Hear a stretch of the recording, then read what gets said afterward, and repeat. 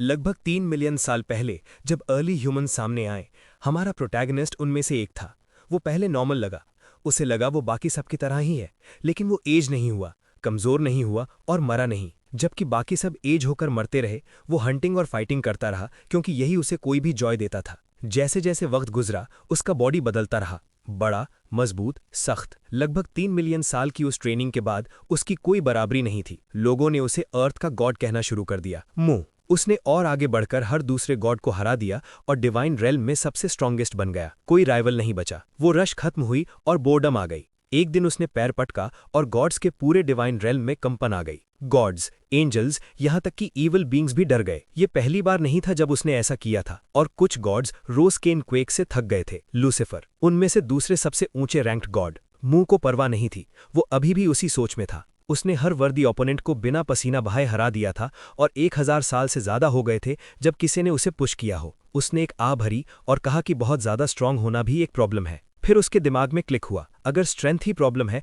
तो वो कमजोर होकर इसे फिक्स करेगा। एक अर्थलिंग बॉडी में उसके पास फिर से सैकड़ों फाइट करने वाले होंगे। वो उछला और चिल्लाया, योंग। एक विशाल ड्रैगन ऊपर प्रकट हुआ। बहुत खुश नहीं लग रहा था कि उसे समन किया गया और मुंह के थ्रोन से कई गुना ऊंचा होकर सामने धड़ाम से उतरा। वो इरिटेटेड लग रहा था। ये टॉप गॉड का असिस्टेंट था, योंग योंग। उसने पूछा उसे क्यों बुलाया गया और उसे अचरज हुआ जब गॉड मुंह बस चलने लगा और उसे कहा कि वो चला जाए, वो जब तक गॉन है तब तक सब हैंडल करे। योंग यांग ने binding of the absolute spell चलाया और मुंह को रोकने के लिए चेन्स लगाई। मुंह ने बस मुड़कर उसे एक ठंडी साइड ग्लैंस दी और योंग योंग तुरंत सिकुड़ गया। हड़बड़ाते हुए बोला कि उसका कोई डिसरिस्पेक्ट करने का इरादा नहीं था, लेकिन मुंह को कम से कम एक्सप्लेन तो करना चाहिए, खासकर जब गॉड्स की मीटिंग आने वाली है। मुंह को मीटिंग की परवाह नहीं थी और चलता रहा, योंग यांग को चेन से खींचते हुए जैसे वो कुछ भी नहीं हो। ये देखकर कि ये काम नहीं करेगा, योंग यांग ने टैक्टिक्स बदली, खुद को विक्टिम बताने लगा और कहा कि अगर मुंह मीटिंग स्किप करेगा तो वही बाकी गॉड्स की कंप्लेन सुनता रहेगा उसके बारे में। मुंह ने बाइंडिंग तोड़ी,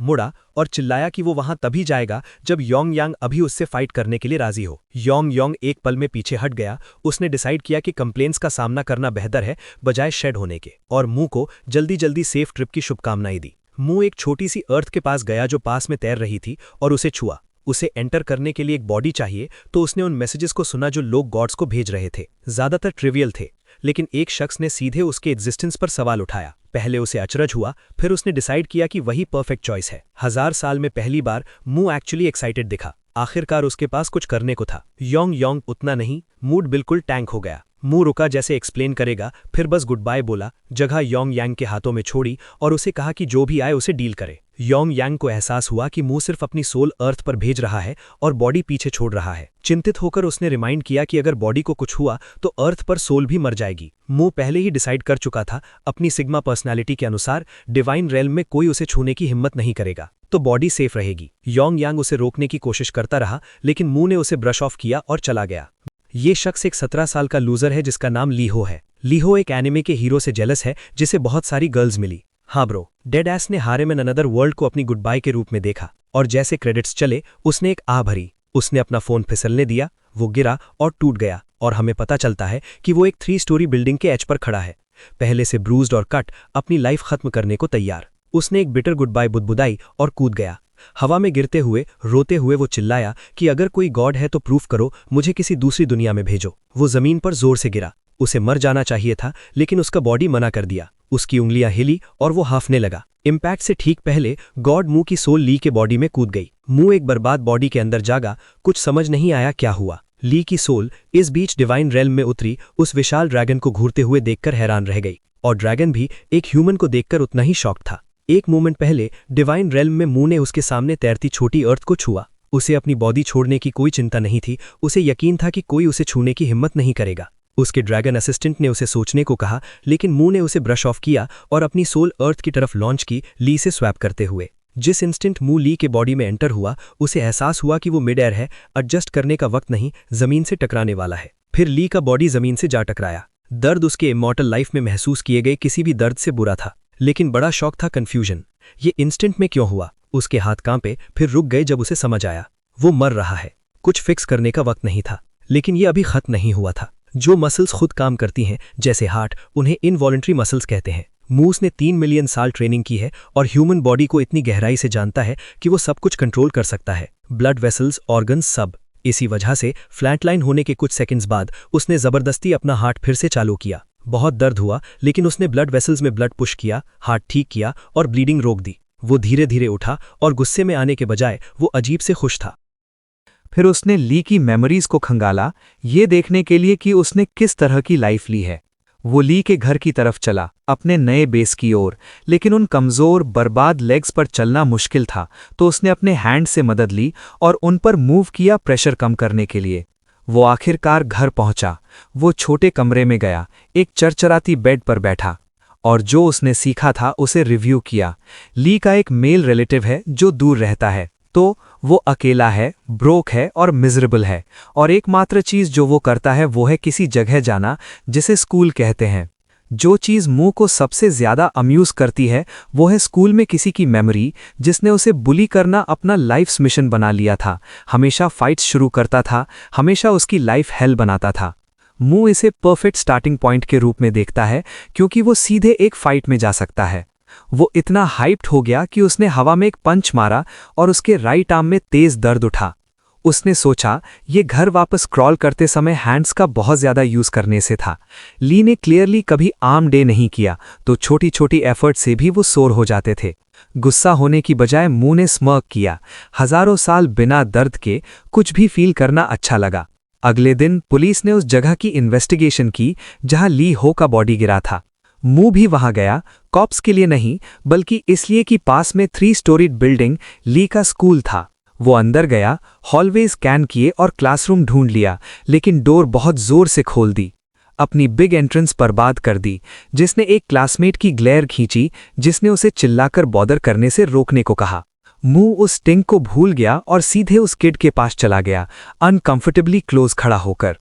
फाइटिंग के मामले में मुंह हमेशा ओपोनेंट के पहले स्ट्राइक करने का वेट करता है, उनके फाइट करने के इंटेंट को कंफर्म करने के लिए, और उसका ओपोनेंट करता है। किड एक सेकंड के लिए फ्रीज हो गया, मुंह की क्रीपी ग्रिन से ऑफ हो गया और मुंह ने वापस मारा, अपनी फिस्ट सीधे उसके फेस पर मार दी। मुंह ने बुली से कंफर्म किया कि यही वो शख्स है, और बुली ने जवाब दिया, तुम्हें क्या हुआ है, और पूछा कि क्या वो अपना ग्लासेस घर छोड़ आया है या बस बहुत अंधा और स्टूपिड है आज। मुंह के जवाब देने से पहले ही उसने स्विंग किया और उसके फेस पर जड़ दिया। मुंह की नाक और मुंह से ब्लड आने लगा, जमीन पर टपकने लगा। जैसे मुंह ने हाथ वापस खींचा, उसके आर्म में दर्द उठा, पहले की मसल सोरनेस की तेज याद। उनका टीचर आ गया, चिल्लाते हुए उन्हें रोकने को कहा और पूरी क्लास देखने लगी। ह्यूमिलिएटेड होकर बुली ने सबको इग्नोर किया और चार्ज किया। मुंह ने गार्ड उठाई और उसके अटैक्स ब्लॉक किए। वो सोचता है कि अगर उसकी नई बॉडी साथ दे पाती तो वो इसे पहले ही खत्म कर देता। उसने अपनी गॉडली पावर स्टैप करने की भी कोशिश की, लेकिन कुछ नहीं हुआ और उस स्प्लिट सेकंड की डिस्ट्रैक्शन में उसके फेस पर फिर से पंच पड़ी। बुली रुक नहीं रहा था। मुंह मुश्किल में था, कोई रियल स्ट्रेंथ नहीं, कोई किक्स नहीं, कोई पावर्स नहीं, तो वो उस एक चीज पर गया जिस पर वो भरोसा कर सकता था। उसने अपना सिर झुकाया, लाइन किया और अगली पंच अपनी स्कल पर ली। इम्पैक्ट से बुली की उंगलियां क्रैक हो गईं और किड चिल्लाया। मुंह रिकवर होने से पहले हिला। उसने बुली का हाथ पकड़ा और अपना सिर आगे मारा, उसके स्टमक में, शायद उसके बॉल्स में भी। सीधे वीक स्पॉट पर गया। बुली दोहरा हो गया, दर्द से ओवरवेल्म्ड, और मुंह अभी डन नहीं था। वो श्योर करना चाहता था कि ये शख्स कभी नहीं भूलेगा। मुंह ने अपना सिर उठाया और बुली के जॉ पर मारा। बस यही था। बुली हार कर लेट गया। इस बीच उसके सभी क्लासमेट्स के फोन्स ऊपर थे, पूरी चीज फिल्म करते हुए। स्कूल के सबसे कमजोर किड को सेकेंड ईयर बुली को गिरते देखना कुछ ऐसा नहीं था जिसकी उन्होंने एक्सपेक्ट की थी। मुंह के लिए हजारों साल में उसकी पहली रियल फाइट थी। उसने इसमें सब कुछ झोंक दिया था और वो रश अमेजिंग लगी। ब्लड मुंह में भर रहा था, दर्दनाक थ्रॉबिंग, उसे ठीक था। इतने लंबे समय बाद एक रियल फाइट का स्टिंग एक्चुअली अच्छा लगा। अब जब एक्साइटमेंट फेड हो रही है, वो नीचे बेहोश बुली को देखता है जैसे वो अभी डन नहीं है। उसके पास बैठता है और क्योंकि उस शख्स ने उसे इतना पुश किया, उसका शुक्रिया अदा करता है। फिर वो झुकता है, अपना सिर नीचे करता है और उस बॉय का ईयर काट लेता है और जमीन पर थूकता है, जबकि पूरी क्लास हॉरर में देखती है। मुंह को परवाह नहीं कि कोई क्या सोचता है। वो अपने फेस से ब्लड पोंछता है और बॉडी को देखता रहता है। वो बाइट रैंडम नहीं थी, ये मुंह का किसी ओपोनेंट पर निशान छोड़ने का तरीका था जिसे उसने एक्चुअली रिस्पेक्ट किया। लोग बाद में उन ओपोनेंट्स को मुंह के प्ले थिंग्स कहेंगे। सिर्फ वो स्ट्रॉन्ग वंस जिन्होंने उसे एक्साइटिंग फाइट्स दी वो इस लिस्ट में आए। तब मू के प्ले थिंग्स में से एक होना लगभग एक बैज ऑफ ऑनर की तरह था, एक साइन कि तुम टफ हो। मू का निशान शर्म के बारे में नहीं था, ये रिकग्निशन था। बात तेजी से फैली। सेकेंड ईयर बुली स्कूल के सबसे कमजोर किड के हाथों गिरा। जो चीज सबको शॉक में डाल गई वो सिर्फ लॉस नहीं थी, लोगों ने कहा उसे बेसिकली न्यूटर्ड कर दिया गया।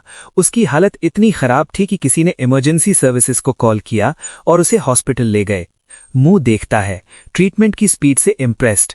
जैसे एम्बुलेंस जाती है वो वेव करता है, अपने पहले ओपोनेंट को गुड बाय कहता है और कहता है कि उम्मीद है वो फिर मिलेंगे।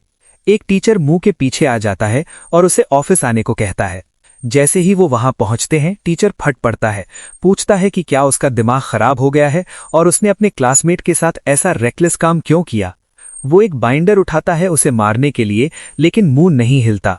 वो एक्चुअली एक्साइटेड दिखता है, जैसे वो पहले से अपनी नेक्स्ट फाइट के बारे में सोच रहा है।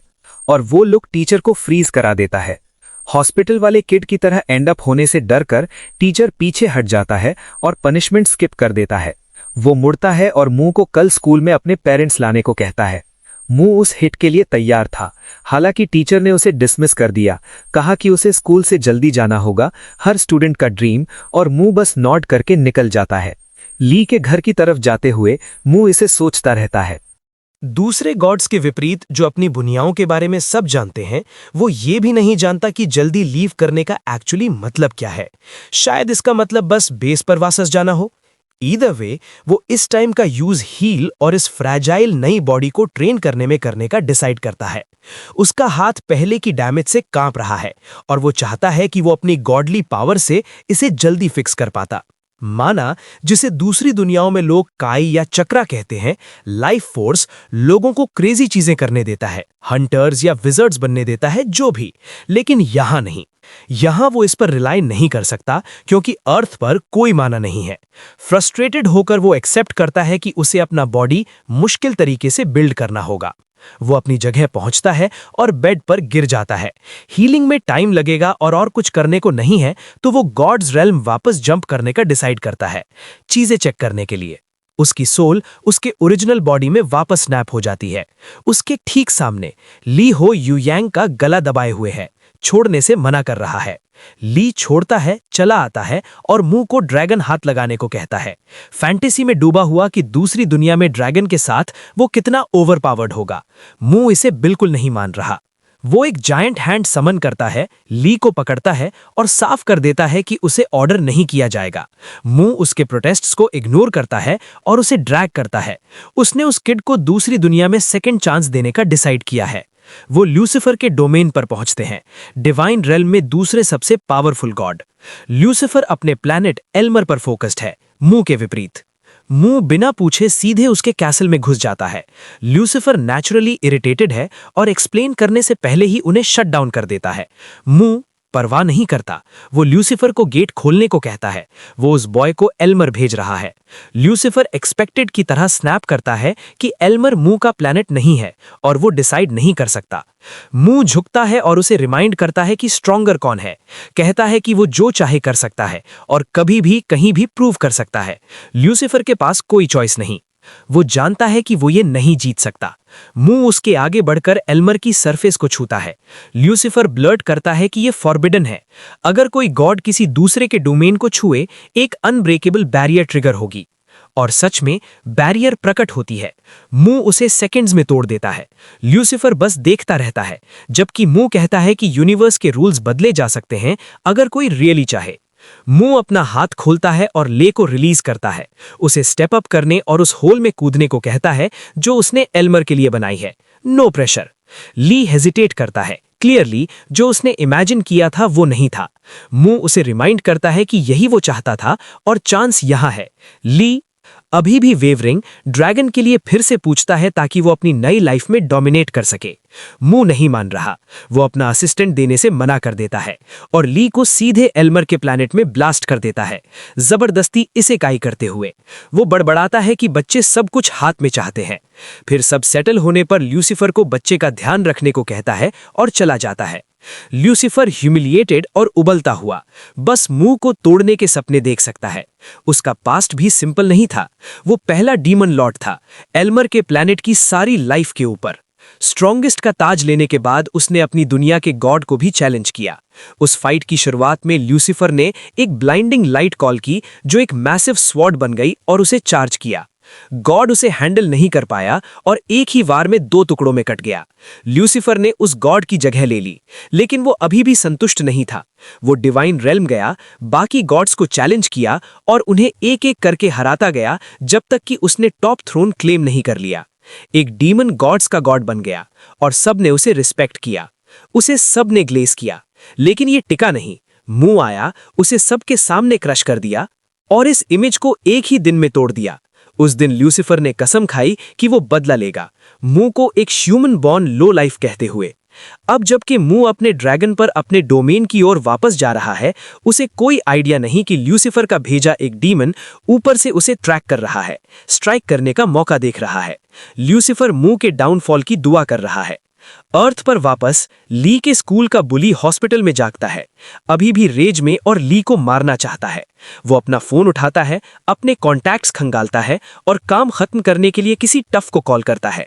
शहर के दूसरी तरफ कांग ची हायोंग, यूथ मिडिलवेट बॉक्सिंग चैंप, एक हेवी बैग पर पाउंड कर रहा है जब एक तेज रिंगटोन आती है। वो रुकता है और देखता है जैसे एक ब्लॉन्ड गाय आता है, कहता है ये उसका फोन है और आंसर करता है। ये ब्लॉन्ड गाय गुशाल हायोंग, 2 साल का एक्सपीरियंस वाला बॉक्सर। बुली सीधे बिजनेस पर आता है। वो गुशाल हायोंग को बताता है कि अगर वो एक छोटी सी फेवर करे तो वो उसे नया फोन खरीद देगा। हायोंग तुरंत डील एक्सेप्ट कर लेता है। अगले दिन क्लास में बुली ऐसे घुसता है जैसे कुछ नहीं हुआ हो। कमरा शांत हो जाता है, सब घूरने लगते हैं, फिर विस्पर शुरू हो जाती है। लोग बात कर रहे हैं कि जो शख्स दूसरों को पुश अराउंड करता था अब वो पैथेटिक दिखता है। वो इन्हें इग्नोर करने की कोशिश करता है, लेकिन जब जोक्स में लोग कहने लगे कि उसे न्यूटर कर दिया गया, वो स्नैप कर जाता है। वो अपना बैकपैक जमीन पर मारता है और चिल्लाता है कि वो अभी भी सबको ले सकता है, किसी को भी चैलेंज करता है जो उस पर शक करे। क्लास प्रेसिडेंट ग्लासेस वाली एक लड़की खड़ी होती है और फायर बैक करती है, उसे शटअप करने या निकल जाने को कहती है। ये उसे और भी पिसाता है। वो लूज कर देता है, एक चेयर उठाता है और उस पर फेंकने जाता है सबको फिर से डराने के लिए। इससे पहले कि वो कर पाए, डोर खुलती है और रॉनी कोलमैन घुसता है, पूछता है ये सब शोर क्या है। बुली अपनी सीट पर बैठ जाता है जैसे कुछ नहीं हुआ हो, उसके जीवन का सबसे फास्ट सिट डाउन। टीचर चारों तरफ देखता है, क्लास प्रेसिडेंट को अभी भी खड़े और क्लियरली अपसेट देखकर पूछता है क्या हो रहा है और वो अपनी सीट से क्यों उठी है। वो उस पर नहीं लगाती, वो बैठ जाती है और कहती है कुछ नहीं। रॉनी कोलमैन इसे छोड़ देता है, लेकिन उसे क्लास के बाद मिलने को कहता है, जो उसे सोचने पर मजबूर करता है कि क्यों। स्कूल के बाद वो उससे वैसे ही मिलती है जैसे उसने कहा था। वो कहता है उसे एक फेवर चाहिए। चूंकि वो क्लास प्रेसिडेंट है और कोई जिस पर भरोसा हो लीहो को चेक करने जाए जो एब्सेंट है और अपना फोन आंसर नहीं कर रहा। बदले में वो उसे सीनियर ईयर के लिए रिकमेंडेशन लेटर लिखेगा। ये रिक्वेस्ट की तरह फ्रेम्ड है, लेकिन वो जानती है कि वो रियली मना नहीं कर सकती, तो वो अग्री कर लेती है। ली के घर पर ऐसे लगती है जैसे बस ये काम निपटाना है। वो सीधे डोर पर जाती है, नॉक्स करती है और आवाज लगाती है। कोई जवाब नहीं। वो हेजिटेट करती है, फिर नॉब ट्राई करती है और वो टर्न होता है। डोर अनलॉक्ड है तो वो अंदर चली जाती है। ली वहां लेटा है एक गंदे कमरे में जहां बग्स हैं। वो लाइफलेस दिखता है और शॉक एक साथ उसे हिट करता है। वो चिल्लाई। सोचकर कि ली मर गया, उसने अपना फोन उठाया और एम्बुलेंस कॉल की, क्योंकि और क्या करती। जैसे ली स्थिर पड़ा रहा, उसका बॉडी अचानक ट्विच किया। मुंह वापस आ गया है। वो आंखें खोलता है, पूरी तरह डिसोरिएंटेड, ये समझने की कोशिश करते हुए कि वो कहाँ है और कैसे पहुंचा। वो अपने हाथ पर कुछ फील करता है, नीचे देखता है और आईवी लाइन देखता है जो उसे कोई न्यूट्रिएंट सीरम दे रही है। वो ट्यूब को ध्यान से देखता है। वो बता सकता है कि उसकी वेन्स में कुछ फ्लो हो रहा है। उसे एहसास होता है कि ये न्यूट्रिएंट्स हैं। फील करता है कि उसका बॉडी उन्हें अब्जॉर्ब कर रहा है और रिकवरी स्पीड कर रही है। ये मैजिक नहीं है, लेकिन इफेक्ट ठीक ठाक है। पास बैठी लड़की नोटिस करती है कि वो जाग गया है। उसकी क्रीपी स्माइल ने उसे लगाया कि वो कंप्लीटली देर नहीं है, लेकिन फिर भी उसने पूछा क्या हुआ। जवाब देने से पहले ही वो अपना बैग उठाती है और कहती है कि वो स्कूल वापस जा रही है रॉनी कोलमैन को सब रिपोर्ट करने के लिए, जैसा उसने कहा था। मुंह उठा और उसे रोकने की कोशिश की। वो नहीं जानता था वो कौन है, लेकिन उसे लगा वही थी जिसने उसे इतनी तेज रिकवर करने में मदद की। उसे इन्फॉर्मेशन चाहिए थी। उसने आईवी निकाला, अपनी यूजुअल क्रीपी स्माइल रखी और पूछा कि क्या वो कोई जगह जानती है जहां वो ट्रेन कर सके और स्ट्रॉन्गर बन सके। चूंकि वो ब्रोक है, उसने पास के एक पार्क में एक सिंपल आउटडोर जिम सजेस्ट किया। मुंह सीधे वहां गया और काम शुरू कर दिया। No warm up, of course. चारों तरफ देखा, इम्प्रेस्ड। ये बेसिक सेटअप्स उसे रियल ट्रेनिंग गियर लगती है। लगभग 4000 साल हो गए थे जब वो आखिरी बार अर्थ पर था। उसने अर्थ गॉड के रूप में ह्यूमन प्रोग्रेस चेक करने की परवाह नहीं की थी, तो ये बेसिक वर्कआउट मशीन्स भी उसे इम्प्रेस करती हैं। उसके ज़माने में लोग रफ इनएफिशिएंट मेथड से ट्रेन करते थे। तुलना में ये चीज़ें मुंह को रेवोल्यूशनरी लगी। हालांकि जब उसकी पीठ पर एक छोटा सा पत्थर मारा और गिरा तो वो ये भी नहीं जानता था कि ये कैसे काम करती हैं। ये पहले का ब्रूस्ड बुली था और वो अपने कजिन हैयांग को लेकर आया था, एक प्रोफेशनल बॉक्सर। मुंह बैठ गया, उसकी परवाह नहीं की, पत्थर उठाया और पूछा किसने फेंका। शख्स ने चिल्लाया कि उसने फेंका और घमंड किया कि उसका कजिन उसके किए के लिए मार डालेगा। फिनिश करने से पहले मुंह ने एक क्विक पंच मारी। शख्स जमीन पर चिल्लाते हुए गिरा। उसकी पहले से टूटी नाक फिर से टूट गई और नेचुरली मुंह इससे खुश था। इस बीच गॉड्स के रेल्म में उनकी रेगुलर मीटिंग का समय था, लेकिन मुंह नहीं आया। उसका एकमात्र असिस्टेंट यांग यांग घबराकर मुंह का मैसेज डिलीवर करने लगा, लेकिन ल्यूसिफर ने उसे काटा, घूरते हुए डिमांड किया कि एक असिस्टेंट ने गॉड्स की मीटिंग में कदम रखने और पहले बोलने की हिम्मत कैसे की। पैनिकिंग करते हुए यांग यांग ने एक्सप्लेन किया कि वो सिर्फ एक लेटर पढ़ने आया था और उसका कोई डिसरिस्पेक्ट करने का इरादा नहीं था। फिर कांपती आवाज में आगे बढ़ा। जैसा यूजुअल था, मुंह को नोटिफाई किया जाना था अगर कोई उसके लिए वर्दी अपोनेंट ढूंढे, बस यही था। ल्यूसिफर ने टेबल पर मुक्का मारा। दूसरे सबसे पावरफुल गॉड के हुप में वो मुंह से थक गया था, जो चाहे करता है, मीटिंग स्किप करता है और सबको इग्नोर करता है। ल्यूसिफर गलत नहीं था। ज्यादातर गॉड्स अग्री करते थे, लेकिन चुप रहे। ल्यूसिफर ने कहा कि मीटिंग का उद्देश्य उनकी दुनिया को स्टेबल और सेफ रखना है। फिर आर्चर गॉड, तीसरा सबसे स्ट्रॉन्ग, अग्री करती है कि अगर कुछ अनयूजुअल आया तो उन्हें यूजुअल की तरह हैंडल करना होगा, जैसा हमेशा होता है। ल्यूसिफर फिर टेबल पर मारता है और चिल्लाता है कि मुंह सब कुछ एक गेम की तरह ट्रीट करता है और उनकी दुनियाओं को कोलैप्स की तरफ धकेल रहा है। और उन रेयर मौकों पर जब मुंह कदम रखता है, वो कहता है कि इससे चीजें और भी बुरी होती हैं। प्रूफ करने के लिए ल्यूसिफर साइक्लॉप्स गॉड की तरफ मुड़ता है, 9th रैंक्ड डेटी, और पूछता है कि क्या उसे याद है कि मुंह ने 1000 साल पहले क्या किया था जब साइक्लॉप्स का प्लैनेट डिस्ट्रॉय होने वाला था। प्लैनेट जितना एक विशाल वॉइड क्रीचर और उसे निगलने में सक्षम उसे तोड़ना शुरू कर दिया था। फिर कुछ सीधे उसके आर पार निकला और उसे 2 टुकड़ों में स्प्लिट कर दिया। नेचुरली मुंह, चेहरा लाल और खुशी से ग्रिनिंग, उस चीज को एक इंस्टेंट में मार दिया। ल्यूसिफर इसे आर्ग्यू करने के लिए यूज करता है कि आफ्टरमैथ मुंह की वजह से था और कि अगर उसने अकेले चार्ज करने के बजाय दूसरे गॉड्स के साथ मिलकर काम किया होता तो कैजुअलिटीज नहीं होती। ल्यूसिफर कहता है कि वो किसी ऐसे शख्स को अपनी दुनियाओं के साथ जुआ खेलते नहीं देख सकते जो गॉडहुड के लिए अनफिट है। दूसरी तरफ यांग यांग चुप रहता है, अपने लॉर्ड का बचाव नहीं कर पाता और बस दुआ करता है कि वो इससे पहले वापस आ जाए कि ये और बुरा हो जाए। अर्थ पर वापस पिटा हुआ शख्स फिर से शोर मचाने लगता है। मुंह को वॉर्न करता है कि उसका बॉक्सर कजिन उसे तड़पाएगा। कजिन इंट्रीग्ड है। उसने देखा कि मुंह ने कितनी तेजी से मूव किया और पंच किया, तो वो पूछता है कि क्या वो मुंह स्पोर्ट्स या मार्शल आर्ट्स करता है। मुंह शोल्डर्स इट ऑफ और कहता है वो स्पोर्ट्स नहीं खेलता, वो बस फाइट करना चाहता है। ये हयांग को ये कंक्लूड करवाता है कि ये एक कॉकी डम मिडिल स्कूलर है। हयांग स्क्वायर्स अप करता है और कहता है वो रेडी है। वो पहले शुरू करने का डिसाइड करता है, तेजी से अंदर मूव करके ये देखने के लिए कि ये शख्स सब बात है या कुछ और भी है, और मुंह के फेस पर एक शार्प ओपनिंग पंच क्रैक करता है। हिट क्लीन लगती है, लेकिन मुंह में कुछ हयांग को ऑफ करता है। एक बॉक्सर के रूप में हयांग को ये अजीब लगता है कि मुंह बिल्कुल नहीं हिला, हालांकि क्लियरली शुरू से ही पंच आते हुए देख रहा था। मुंह पहली हिट कभी डॉज नहीं करता, इसे मैच शुरू करने के अपने तरीके के रूप में लेते हुए। उस अनसेटलिंग ग्रिन के साथ मुंह चिल्लाता है, क्या हैंड टू हैंड कॉम्बैट तुम्हारी स्पेशलिटी है? हायोंग अनईजी लगता है। फिर मुंह हायोंग की स्टैंड्स मिरर करता है और रश करता है। हायोंग इसे सिर्फ एक डम कॉपीकैट मूव समझता है। पंच ब्लॉक करता है और पूरे फ्लोर पर पीछे धकेल दिया जाता है। वो नहीं मान सकता कि इस स्किनी ट्विग में कितनी पावर है, जबकि मुंह और भी हाइप्ड दिखता है। इम्पैक्ट से ठीक पहले मुंह ने अपना आर्म जितना हो सके फ्लेक्स किया। उसका आर्म ऐसा फील करता है जैसे टीयर हो रहा है, लेकिन वो परवाह नहीं करता। दर्द सिर्फ फाइट को उसके लिए बेहतर बनाता है। उसने अपनी गॉडली फॉर्म में जो क्रीचर्स लड़ता था, उनसे उसे ऐसा फील नहीं मिलता था। वो अपना बेल्ट उतारता है और इसे अपनी फिस्ट के चारों तरफ रैप करता है, अपने हाथ को प्रोटेक्ट करने के लिए, क्योंकि ये बॉडी स्लो हील करती है। साइड लाइन्स पर किड ये अनफेयर बोलता है। न मू न हायोंग उसकी ओपिनियन की परवाह करते हैं। हायोंग वापस चार्ज करता है। वो एक fast barrage left right nonstop throw करता है, उसे ओवरवेल्म करने की कोशिश करता है। डिफेंड करते हुए मू उसे स्टडी करता है और देख लेता है। फास्ट और प्रिसाइज लेकिन प्रिडिक्टेबल। मू शॉट्स आसानी से अवॉइड करने लगता है। हायोंग स्विच करने की कोशिश करता है, लेकिन मू न सिर्फ ब्लॉक करता है, वो हायोंग के आर्म को मिड स्विंग में पंच करता है। हायोंग को प्रोसेस करने में कुछ सेकंड्स लगते हैं, फिर वो चिल्लाने लगता है। मू बस देखता है, अम्यूज्ड, रियलाइज करते हुए कि हायोंग और ली की क्लास का वो किड रियली रिलेटेड है, सेम ओवरली ड्रामेटिक टेंडेंसीज के साथ।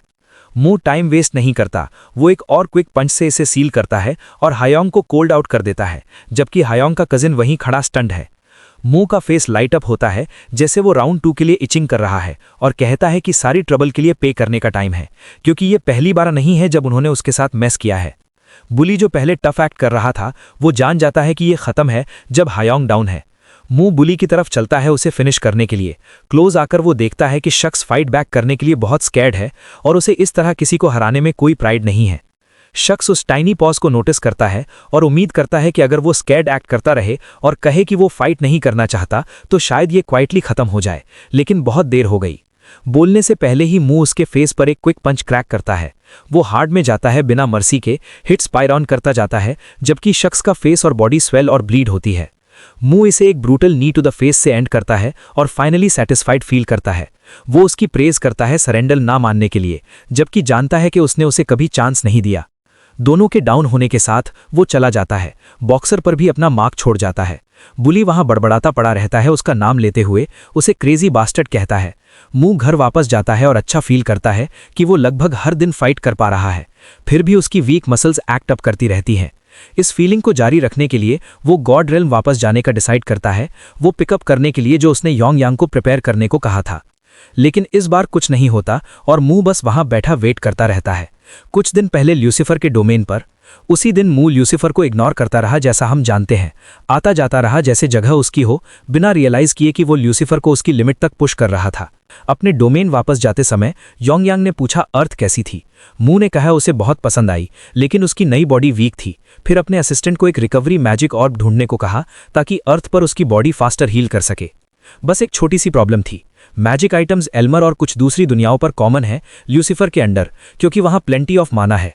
अर्थ पर तुम्हें वो सिर्फ डिवाइन ब्लेसिंग्स या विम्स के जरिए मिलते हैं, तो वो इंसेनली रेयर हैं।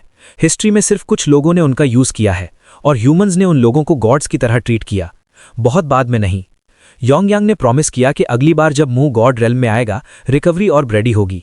जब वो उतरे, असिस्टेंट ने मुंह को अपकमिंग गॉड्स मीटिंग के बारे में रिमाइंड किया और मुंह ने कैजुअली अपनी पॉकेट में ढूंढा और कहा उसने कुछ प्रिपेयर किया था सारी कंप्लेनिंग की वजह से। ये बस एक छोटी सी लेटर थी। नेचुरली हम जानते हैं उसमें क्या लिखा है। वो हैंड ऑफ करने के बाद मुंह मिनिएचर अर्थ मॉडल के पास गया और उस पर हाथ रखा ली पर वापस जंप करने के लिए। उनमें से किसी ने नोटिस नहीं किया कि ऊपर से एक छोटा डीमन देख रहा था, मुंह के सबसे बड़े दुश्मन को हर मूव रिपोर्ट करता हुआ। वर्तमान में वापस आते हैं, ल्यूसिफर पीसेस जोड़ रहा है। वो नहीं जानता मुंह का प्लान क्या है, लेकिन वो श्योर है मुंह की बॉडी एम्प्टी है और मीटिंग स्किप करना उसे बताता है कि मुंह थोड़ी देर के लिए गॉड रेल्म में नहीं होगा। क्लिक होता है, यही उसका मोमेंट है, एक मिलेनियम में एक बार का चांस बदला लेने का। वो इसे मिस नहीं करेगा। बिना वार्निंग के ल्यूसिफर लाइफ टैक्सीडर्मी कास्ट करता है, योंग यांग को हटाने के लिए कोई विलन स्पीच जो उसके और मुंह के बीच एकमात्र ऑब्स्टिकल है। Purple spear like lightning Yong Yang के ऊपर फॉर्म होती है, लेकिन वो फास्ट रिएक्ट करता है। वो पीछे जंप करता है और एक पल में हर स्ट्राइक डॉज करता है। उसका लुक एक सीरियस वाले में स्नैप हो जाता है। फाइट के लिए रेडी होकर योंग यांग स्टेप अप करता है और आंसर्स डिमांड करता है। ये क्या होना चाहिए? ल्यूसिफर, क्या तुम रियली मुंह गॉड ऑफ अर्थ पर वॉर डिक्लेयर कर रहे हो? ल्यूसिफर अब कॉन्फिडेंट, क्योंकि मुंह इंटरफेयर करने के लिए अराउंड नहीं है, फ्लोट अप करता है और कहता है कि वो पर्सनली मुंह को डिविनिटी के सीट से किक आउट कर देगा। वो जानता है इसका क्या मतलब है और हेज नहीं करता। ये एक ऑफिशियल डिक्लेरेशन ऑफ वॉर है। योंग यांग वेट नहीं करता, वो अपनी फायर ब्रेथ को एक टाइट बीम में कंप्रेस करता है और सीधे ल्यूसिफर पर फायर करता है। ल्यूसिफर आसानी से इसे स्लिप करता है। ब्लास्ट गॉड्स के चारों तरफ विप करता है और दूसरी तरफ एक ह्यूज एक्सप्लोजन के साथ डेटोनेट होता है। आर्चर गॉड दूसरे गॉड्स को कवर करने के लिए मीटिंग में डिफेंसिव ऑरा थ्रो करती है। ल्यूसिफर मूव भी नहीं करता और डिफेंड भी नहीं करता। ये देख करके उसका फर्स्ट स्ट्राइक कुछ नहीं किया, योंग यांग अपनी अल्टीमेट पॉलीमॉर्फ रिलीज ट्रिगर करता है। उसका पूरा बॉडी ग्रो और चेंज होता है और वो ऑल इन जा रहा है अपने मास्टर को प्रोटेक्ट करने के लिए। आर्चर गॉड साय करती है और डिसाइड करती है कि वो आउट है, कहती है कि ये जगह प्रॉपर डिवाइन मीटिंग के लिए फिट नहीं रही। जैसे आर्चर गॉड दूर जाती है, ल्यूसीफर उसके पीछे बुलाता है और पूछता है कि वो किसकी साइड पर है। आर्चर गॉड जाती रहती है और कहती है कि वो न्यूट्रल है, न के लिए न खिलाफ। ल्यूसीफर कहता है कि आर्चर गॉड के न्यूट्रल रहने के साथ वो फाइन है जब तक वो इंटरफियर नहीं करती। फिर वो बाकी गॉड्स की तरफ मुड़ता है और पूछता है कि क्या किसी को मुंह के एक्सपल्शन का ऑब्जेक्ट है। उनमें से एक भी शब्द नहीं कहता। योंग यांग अभी अलाइव है और ल्यूसीफर को वॉर्न करता है कि वो गॉड मुंह का मैच नहीं है। लूसीफर बस मर्क करता है और कहता है वो जानता है मुंह यहां नहीं है, वो अर्थ पर एक वीक ह्यूमन बॉडी में रह रहा है। ये योंग यांग को स्टन कर देता है। उसे लगता था कि वो एकमात्र था जो जानता था, और ये सडनली एक्सप्लेन करता है कि लूसीफर ने रेबेल करना क्यों चूज किया। कुछ बचा नहीं, योंग यांग एक लास्ट सरप्राइज अटैक ट्राई करता है। लूसीफर के चारों तरफ अपनी टेल व्हिप करता है, लेकिन लूसीफर साइड स्लिप करता है और टेल को टुकड़ों में स्लाइस कर देता है। वो उसे फिनिश नहीं करता।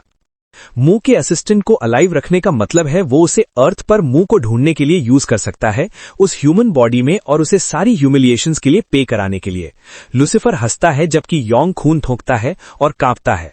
अर्थ पर कुछ करने में असमर्थ, हाई योंग ब्रूजेस से ढका है और अपने कोच से स्ट्रीट फाइट के लिए चिल्लाया जा रहा है। उसे उसके बिग मैचेस से पहले एक लॉन्ग रिकवरी ब्रेक लेने पर मजबूर किया जाता है, फिर फाइनली डिसमिस किया जाता है। बाहर निकलते हुए वो ली को उस मैस के लिए ब्लेम करता है। जैसे कैंग अंदर आता है, कैंग उसकी बीट अप स्टेट नोटिस करता है और पूछता है क्या हुआ।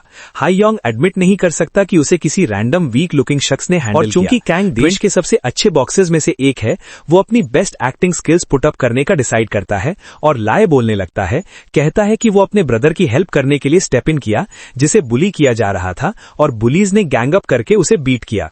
कैंग बिना रिएक्ट किए पास निकल जाता है। हाई योंग को बताता है कि ये उस पर है और उसे ज्यादा केयरफुल रहना चाहिए, खासकर अपने मैचेस से पहले। फिर जाने लगता है। वो जाने वाला था कि कैंग ने कॉल किया। वैसे कैंग एक्चुअली उस पर बिलीव करता है और पूछता है उसके साथ अभी भी वंडर कर रहा है कि वो अपनी रियल बॉडी में वापस क्यों नहीं जा सकता। एकमात्र कारण ये होगा कि उसकी बॉडी बैडली डैमेज्ड है, लेकिन ये सही नहीं लगता। उसके पास योंग यांग उसकी गार्ड कर रहा है और फिर भी उसकी बॉडी आसानी से हार्म होने वाली नहीं होनी चाहिए। फिर उसे हिट होता है। क्या होगा अगर सारे गॉड्स मिलकर अटैक करें? वो अपने पैर पर कूदता है। अगर ये सच है तो उसे अभी मूव करना होगा, लेकिन उसे कुछ नहीं पता क्या करे, जो उसे और भी गुस्सा करता है। इस थॉट पर फ्यूरियस कि वो गॉड्स चीप शॉट्स ले रहे हैं जब वो उसका फेस टू फेस सामना नहीं करेंगे, और उसके पिलोज सारी हीट झेलते हैं। अपने दिमाग में वो कसम खाता है कि अगर उसे चांस मिला तो वो उनसे स्ट्यू बनाएगा। फिर वो खुद को काम डाउन करने पर फोर्स करता है। वो खुद को रिमाइंड करता है योंग ऐसा कोई नहीं जो आसानी से डाउन जाए, ग्रुप के अगेंस्ट भी। अगर वो अभी अपनी ओरिजिनल बॉडी के बारे में कुछ नहीं कर सकता तो वो इस पर फोकस करेगा। वो ट्रेनिंग वापस जाता है। वो पहली बार अपना एब्स वर्कआउट करता है। वो फील होता है जैसे आग लग रही है और किसी तरह ये उसे इसे और एंजॉय करवाता है। उसके आसपास के लोग घूरते हैं, बहुत श्योर हैं कि वो लॉस हो गया है। उसके वर्कआउट के बीच में कोई अचानक उसका नाम पुकारता है। वो अपनी ग्रिप खो देता है और हार्ड जमीन पर गिरता है। एक क्लास प्रेसिडेंट है और वो अनॉयड है क्योंकि वो दिनों से स्कूल नहीं आया है। वो एक क्वाइट बेंच पर जाते हैं, मुंह शोल्डर करता है और कहता है स्कूल क्यों जाऊंगा, वहां ट्रेन नहीं कर सकता। वो पूछती है कि वो नॉन स्टॉप ट्रेन क्यों करता है। वो कहता है कि सिंपल है, स्ट्रॉन्गर होने के लिए। वो पूछती है कि वो स्ट्रॉन्गर क्यों होना चाहता है, और वो ग्रिन करता है ताकि वो बेहतर फाइट कर सके और बड़े ओपोनेंट से लड़ सके। वहां से वो आवर्स के लिए फाइटिंग और ट्रेनिंग के बारे में रैंटिंग पर चला जाता है, और वो बस वहां बैठी सुनती रहती है, सोचती है कि ये जरूर इंसेन है। फिर वो अपना अप्रोच बदलती है। इतनी हार्ड ट्रेनिंग का क्या फायदा अगर लड़ने वाला कोई ना हो। बस कूल आ, लोगों से मिल, कुछ कॉन्फ्लिक्ट स्टार्ट कर, तुम्हारे पास प्लेंटी ऑफ ओपोनेंट्स होंगे। वो चली जाती है। मुंह को एडमिट करना पड़ता है कि वो सही है। उन बुलीज के साथ जो किया उसके बाद वो उसके पास नहीं आएंगे। पहली बार वो एक्चुअली स्कूल जाने पर कंसिडर करता है। उसी मोमेंट एक मास्क्ड वाला शख्स उसके पीछे से आता है और उसका नाम पुकारता है। मुंह आंसर नहीं करता। वो एग्जैक्टली जानता है ये क्या है। वो रिलीव दिखता है फाइनली और अपना सिर मोड़ता है पहले हिट के लिए ब्रेस करने। अर्थ सबसे अच्छी है, वो कहता है। कैंग 15 का था और बॉक्सिंग में अच्छा हो रहा था। उसकी सिस्टर एक बैलेरिना थी। कैंग ने उसकी हर तरह से सपोर्ट की। सब ठीक था जब तक कि एक क्रीप ने कैंग की सिस्टर को स्टॉक करना शुरू नहीं किया। उसका ऑब्सेशन बढ़ता गया और एक रात वो उसे क्वाइट एली में फॉलो करते हुए अपना मूव बनाने गया। कैंग पास में था और उसे एक सरप्राइज हिट से डाउन किया, इससे पहले कि वो कुछ कर पाता। चूंकि कैंग ने उसे एक्चुअल क्राइम से पहले रोका, इनफ एविडेंस नहीं था तो उसे रिलीज कर दिया गया। स्टॉकर और एंग्री होकर वापस आया। कैंग फिर आके रोका, लेकिन इस बार वो सब कुछ रोकने में बहुत लेट था। उसकी सिस्टर का लेग बैडली इंजर्ड था और उसका बैले करियर खत्म हो गया। कैंग ने लॉ को उसकी फेलियर के लिए ब्लेम किया और डिसाइड किया कि वो अब उस पर ट्रस्ट नहीं कर सकता। वो हर रात एक विजिलेंटे के रूप में काम करने लगा। जब भी वो कोई गैंग देखे जो शेडी लगे या कोई जिसमें क्राइम्स कमिट करने की पोटेंशियल हो, वो स्टेप इन करता। उसे ये पॉइंटलेस वायलेंस नहीं लगता था, उसके लिए ये जस्टिस था। प्रेजेंट में वापस आकर मू ने कैंग की प्रीएम्प्टिव पंच बिना रेजिस्ट किए ली, लेकिन वो बता सकता था कि वो लाइट थी। ईदर वे मू को परवाह नहीं थी। उसे अपना सिग्नल मिल गया फाइट स्टार्ट करने का। कैंग मू से इंटेरोगेट करना चाहता है, लेकिन वो कुछ एक्सप्लेन करने में इंटरेस्टेड नहीं है। वो कैंग के क्वेश्चंस को ब्रश ऑफ करता है और उसे बात करना बंद करके आगे बढ़ने को कहता है, जो सिर्फ कैंग को पिस ऑफ करता है। मू अपना गार्ड एक प्रो की तरह रखता है। कैंग पंच पर पंच थ्रो करता है, लेकिन मू उनमें से हर एक को स्लिप करता है। कैंग एक बॉक्सर्स ट्रिक ट्राई करता है, एक लाइट राइट फ्लिक करता है मू की विजन ब्लॉक करने के लिए और एक हैवी फॉलोअप के साथ उसे ब्लास्ट करने का प्लान करता है, लेकिन मू इसे रीड करता है और इसे भी ब्लॉक करता है। यही वो मोमेंट है जब कैंग रियलाइज करता है कि ये कोई लाउड माउथ नहीं है, मू एक्चुअली फाइट करना जानता है। वो मू के वीक स्पॉट्स पर पिक करने लगता है, फिर एक ओपनिंग ढूंढता है और मू की साइड में एक शॉट बेरी करता है।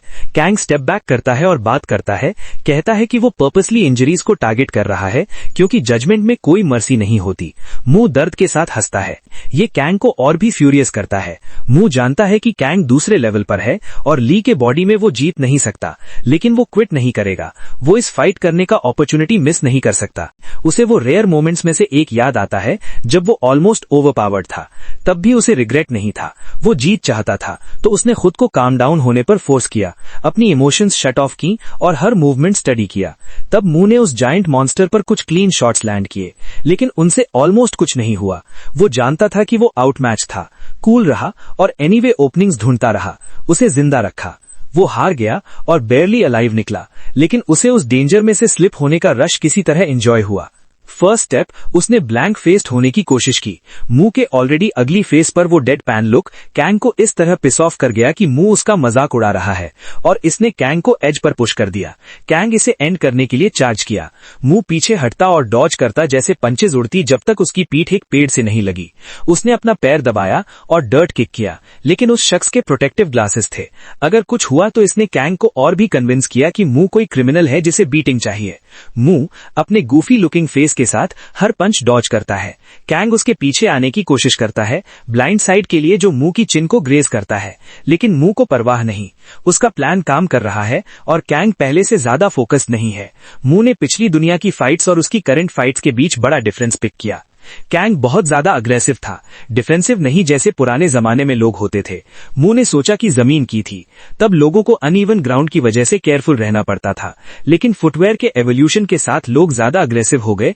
यही वजह है कि उसने डर्ट फेंकी, कैंग के फेस को टैग करने के लिए नहीं, बल्कि ग्रिट और छोटे रॉक्स हर जगह स्कैटर करने के लिए, कैंग की फुटिंग मेस करने के लिए। वो चाहता है कि कैंग केयरलेसली मूव करे और उस डर्ट और स्मॉल रॉक्स पर स्टेप करे जो उसने पहले स्कैटर किए। मुंह को जो चाहिए था वो मिलता है।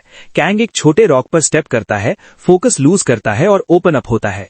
मुंह बर्स्ट इन करता है, एक वाइटल स्पॉट को एम करते हुए, लेकिन मिड एयर उसे रियलाइज होता है कि सारे ब्लॉक्स के बाद उसका आर्म रिस्पॉन्ड नहीं करेगा। वो स्विच करता है और इसके बजाय अपनी एल्बो ड्राइव करता है, एक हैवी शॉट लैंडिंग। मुंह अपने आप को रोक नहीं सकता और उसका मजाक उड़ाने लगता है, हंसते हुए कि कैंग मिस कर गया।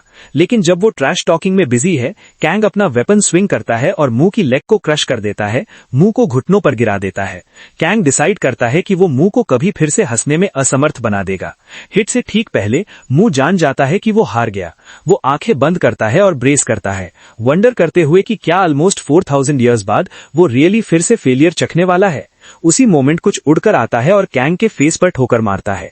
कैंग अटैकर के लिए चारों तरफ देखता है, फिर एक आवाज सुनता है जो मास्टर बोलती है और पास आती है। वो कॉट होने का रिस्क नहीं ले सकता। वो अपना स्वेटशर्ट पहनता है, हुड खींचता है और स्प्रिंट करता है इससे पहले कि कोई आए। जैसे वो गायब होता है, एक छोटा लिजार्ड जैसा क्रीचर बाहर आता है और पुकारता है। मुंह देखता है और उसे नोटिस करता है। ये छोटा मॉन्स्टर उसे पुकार रहा है। वो उसे रिकॉग्नाइज करता है। लूसीफर ने मुंह की गॉडली बॉडी ली और उसे एक अनब्रेकेबल बैरियर के अंदर सील कर दिया ताकि मुंह की सोल वापस न आ सके। हालांकि एक छोटी सी प्रॉब्लम थी, वो सिंपली अर्थ में वॉक इन नहीं कर सकता काम फिनिश करने के लिए। एकमात्र तरीका था योंग यांग को रिवील करवाना कि मू के प्लैनेट तक कैसे पहुंचे। उसने प्रॉमिस किया कि अगर उसने अर्थ पर जाने और मू को आउट करने में हेल्प की तो वो ड्रैगन को अर्थ का नया गॉड बना देगा। योंग यांग बस इतने क्वाइटली बोलता है कि लूसीफर सुन नहीं पाता। अनॉयड होकर लूसीफर उसे लाउड बोलने को कहता है। योंग यांग फाइनली बोलता है, मू की बॉडी के चारों तरफ बैरियर की तरफ पॉइंट करता है और पूछता है क्या ये अटैक्स भी रोक सकती है। सोचते हुए कि वो मू को रेस्क्यू करना चाहता है, लूसीफर ब्रैग करता है कि कुछ भी थ्रू नहीं जा सकता, इसे इनविंसिबल कहता है और उसे गिव अप करके उसके साथ ज्वाइन करने को कहता है। फिर जगह ब्राइटर होने लगती है। लूसीफर टर्न करता है और देखता है योंग यांग की बॉडी एनर्जी से ग्लो कर रही है। योंग यांग चिल्लाता है कि वो सेल्फ डिस्ट्रक्ट करेगा। लूसीफर रिएक्ट करने से पहले कासल अग हो जाता है। ब्लास्ट इतना ह्यूज है कि ये गॉड्स की एक पूरी साइड जला देता है। लूसीफर ने एक मैजिकल स्पीयर समन किया और पूरी ताकत से उसे हर्ल्ड किया। स्पीयर बेयरली मिस हुई और योंग यांग मिनिएचर अर्थ पर लीप किया, अर्थ के स्काई में पॉप आउट होते हुए। फेट ने उसे सीधे कैंग के फेस पर ड्रॉप किया, बस यही उसे याद है। और जब उसने एक्सप्लेन किया, मुंह शांत हो गया, सोचते हुए। मुंह उदास नहीं था जैसा एक्सपेक्टेड था, वो ल्यूसीफर पर फ्यूरियस था, कसम खाते हुए कि अगर उसे कभी अपनी ओरिजिनल बॉडी वापस मिली तो वो ल्यूसीफर को एक और सेकंड नहीं जीने देगा। फिर मुंह का गुस्सा एक्साइटमेंट में फ्लिप हुआ जब उसे रियलाइज हुआ कि अब उसे ल्यूसीफर से फाइनली फिर से फाइट करने का चांस मिलेगा। मुंह अपने बेड से कूद गया, एनर्जी से बजिंग। लेकिन वो जानता था कि वो ल्यूसीफर को इस बॉडी में नहीं हरा सकता। एकमात्र ऑप्शन था हार्डर वर्क करना और ली की बॉडी को स्ट्रॉन्गर बनाना। प्रॉब्लम यह थी कि ली की बॉडी इतनी रेक्ट थी कि हवा में एक लाइट पंच भी हर चीज को ऐसा फील करवाती जैसे सब टूट रहा है। फिर उसे हिट हुआ। उसने लास्ट टाइम योंग यांग को एक मैजिकल ऑर्ब ढूंढने को कहा था। वो मुड़ा और पूछा कि क्या उसे मिल गई और क्या वो ले आया। उसे अचरज हुआ। योंग यांग ने कहा हाँ। मुंह के रिक्वेस्ट पर उसने स्लोली उसे कॉफ अप किया, एक्सप्लेन किया कि ये एक ड्रैगन ब्लड स्टोन है जिसमें वन टाइम हीलिंग स्पेल है, और उसने माफी मांगी कि वो सिर्फ एक ला सका। मुंह ने उसे उठाया, योंग यांग का शुक्रिया किया और कहा यह अभी के लिए बहुत ज्यादा था। उसने इसे तुरंत एक्टिवेट किया और उसके वुंड्स इंस्टेंटली क्लोज होने लगे। लेकिन यही बेस्ट पार्ट नहीं था। मुंह रियलाइज करता है कि ऑर्ब सिर्फ उसे हील नहीं कर रही, उसकी मसल्स शार्पर फील होती हैं, ज्यादा रिस्पॉन्सिव, ऑलमोस्ट सेंसिटिव एक तरह से जो पहले नहीं थी। इसमें एक बॉडी एनहांसमेंट स्पेल मिक्स्ड है। मुंह की रिएक्शन देखकर योंग यांग एडमिट करता है कि उसने इसमें एक्स्ट्रा वर्क किया और अपना खुद का मैजिक ड्रैगन ब्लड में इन्फ्यूज किया। Very handmade, very proud. मुंह उसका शुक्रिया करता है, फिर ऑर्ब के लेफ्ट ओवर बिट को देखता है और सोचता है कि सारी पावर यूज नहीं हुई क्योंकि ये एक वीक ह्यूमन बॉडी से हिट हुई। वो पीस छोटे लिजर्ड को देता है और कहता है कि वो इसे यूज कर सकता है। योंग यांग कहता है कि वो इसे मुंह के लिए इमरजेंसी में सेव रखेगा और केयरफुली इसे स्टमक पॉकेट में वापस टक करता है। कट टू एक येलो लिजर्ड। ये पहले की लड़की का फेवरेट पेट है। वो उसे क्लोज फ्रेंड की तरह ट्रीट करती है और इवन विश करती है कि वो बात कर पाता ताकि वे कभी बोर न हो। वो उसे उसके होम में वापस रखती है और स्कूल के लिए निकलती है। पहले का पिटा हुआ बुली शांति से बैठा है, ग्लासेस पहले अपनी स्टडीज पर फोकस्ड। मुंह का सामना करने के दर्द ने उसे सीधा कर दिया लगता है। ट्रबल पैदा करने की बजाय वो एग्जाम्स की प्रेप कर रहा है। मुंह अपना यूजुअल एंट्रेंस करता है और पूछता है कि क्या वो एक और राउंड चाहता है। शख्स के जवाब देने से पहले ही प्रेसिडेंट गर्ल उसके पीछे आ जाती है, सरप्राइज्ड एक्ट करती है। सरप्राइज्ड कि मुंह एक्चुअली स्कूल आया इतने दिन गॉन रहने के बाद। मुंह कहता है वो सिर्फ इसलिए आया क्योंकि उसने उसे कन्विंस किया। फिर ऐड करता है नेचुरली वो एक्चुअली किसी को फाइट करने और हराने के लिए यहाँ है। उसका लुक और उसके वर्ड्स उसे वॉन्डर करवाते हैं कि इस बार वो क्या प्लान कर रहा है। वो बस उसे गुड लक कहती है आज पीस चूज करने में। नीचे फ्लोर पर कैंग और उसकी क्लास की एक लड़की बात कर रहे हैं कि क्या हो रहा है। वो उसे रीसेंट सेकेंड ईयर के बारे में फिल इन करती है जिसे ह्यूमिलिएट किया गया और डिटेल्स देना शुरू करती है। वो कहती है कि उसने अपने बुली को इतनी बैडली बीट किया कि शख्स पास्ड आउट होकर हॉस्पिटल गया, और अगर ये शॉकिंग नहीं था तो उसने शख्स का ईयर तक टीयर ऑफ कर दिया। उसके बाद लोगों ने उसे न्यूट्रलाइजेशन बुलाना शुरू कर दिया। कैंग सुनता है, इंटरेस्टेड। स्कूल खत्म होती है। जैसे वो एग्जिट की तरफ जाते हैं, जबकि वो डिटेल्स देती रहती है, विक्टिम कैसा दिखा, टॉर्न ईयर और मुंह का उस दिन का बिहेवियर कैसे ऑफ था, कैंग फाइनली डॉट्स कनेक्ट करता है। जिस नर्ड की वो बात कर रही है वो ली है। लेकिन अब ये हो चुका है तो अभी के लिए कैंग इसे छोड़ने का डिसाइड करता है। घर की तरफ जाते हुए वो अनइंटेंशनली मू के सेम रूट लेता है।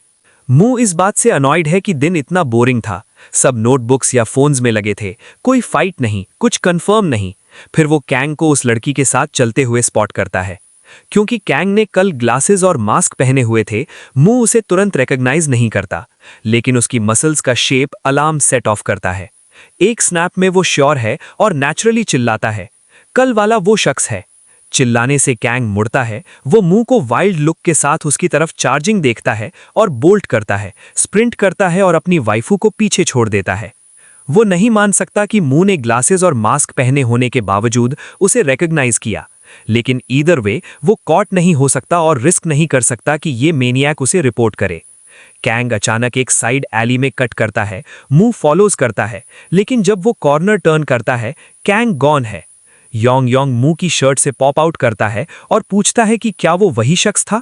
उस रूड ह्यूमन को ट्रैक डाउन करने में हेल्प करना चाहते हुए वो उस स्ट्रॉन्ग सेंट को यूज करके स्निफ आउट करने की ऑफर करता है, जो उसने कैंग से पिक किया था जब उसने उसे एक दिन पहले हिट किया था। मुंह कहता है गो फॉर इट और योंग योंग काम पर लग जाता है। उसी मोमेंट कोई उसके सामने स्टेप करता है, वो ऑलमोस्ट स्टेप्ड इन होता है। वो ऊपर देखता है और सरप्राइज, ये ली की क्लास प्रेसिडेंट है। वो वाइड आइड स्टेयर करती है, फिर एक ब्लशी स्माइल में ब्रेक करती है। पहली नजर में वो हुक हो गई। योंग योंग नहीं जानता वो कौन है और वो उसे मूव करने को कहता है ताकि वो काम जारी रख सके, लेकिन वो उसे इग्नोर करती है और उसे स्कूप अप करती है। वो स्क्वर्म करता है और स्नैप करता है उसे वॉर्न करने में कि उसके साथ मेस न करे। काश कि उसके पास थोड़ी भी मैजिक बची होती ब्रेक फ्री करने के लिए। वो उसे एक न्यूसेंस के रूप में देखता है, लेकिन वो बस फैसिनेटेड है कि एक लिजर्ड बात कर रहा है। उसे वो अब तक का सबसे क्यूट थिंग लगता है। वो फाइनली एक ओपनिंग स्पॉट करता है, उसके हाथों से बोल्ट करता है और अपने मास्टर के पीछे छुप जाता है। वो फेल होने के लिए माफी मांगता है क्योंकि उस लड़की की वजह से, और अपनी पावर खोने को ब्लेम करता है। लड़की सीरियस फेस के साथ आती है और पूछती है कि क्या वो टाइनी क्रीचर उसका फ्रेंड है। मुंह कहता है फ्रेंड, हाँ उसे वो कह सकते हो, बहुत ओबीडियंट वाला। वो खुद को किम यूजीन के रूप में इंट्रोड्यूस करती है और क्लियरली जेलस है कि मुंह के पास एक टॉकिंग वेल बिहेव्ड रैट है। मुंह इसे उसके फेस पर पढ़ सकता है, भले ही वो श्योर नहीं है कि वो इतनी स्टन्ड और एनवियस क्यों है। वो योंग योंग को उसे ऑफर करता है और कहता है कि अगर वो चाहे तो वो थोड़ी देर के लिए उस छोटे शख्स को कुछ इन्फॉर्मेशन के बदले में लेंड करेगा। वो ऑफर पर लाइट अप हो जाती है। थोड़ी सी इन्फॉर्मेशन ट्रेड करना कुछ भी नहीं है। मुंह जवाब का वेट नहीं करता। वो योंग योंग को गर्दन से पकड़ता है और दे देता है, कहता है ले जाओ, जितना चाहो रखो, लेकिन तुम्हें किसी को ढूंढने में हेल्प करनी होगी। मुंह कैजुअली उस छोटे शख्स को उसकी तरफ उछालता है और वो लैंड करता है सीधे उसके सिर पर। और योंग योंग नहीं मान सकता कि उसके लॉर्ड ने उसे इस तरह सेल आउट किया। मुंह चरा जाता है। योंग योंग को बोलता है कि किम के साथ थोड़ी देर रहे और बाद में खुद वापस आए। योंग योंग पूछने की कोशिश करता है कि उसका मास्टर उसके बिना कहाँ जा रहा है। मुंह बताता है कि वो किम के घर पर सांसू जांग जा रहा है। योंग योंग थोड़ा ऑकवर्ड है। वो साई करता है, खुद को इंट्रोड्यूस करता है और एक टाइनी हैंडशेक ऑफर करता है, प्रोफेशनल रखने की कोशिश करते हुए। मेरे मास्टर के ऑर्डर्स पर तुम अब से मेरे साथ काम करोगी। किम उस टाइनी लिजर्ड से थ्रोन ऑफ है, लेकिन जिस तरह वो बात करता है उसका दिल एक पल के लिए स्किप करता है। तुम्हारे मास्टर से मतलब ली हो।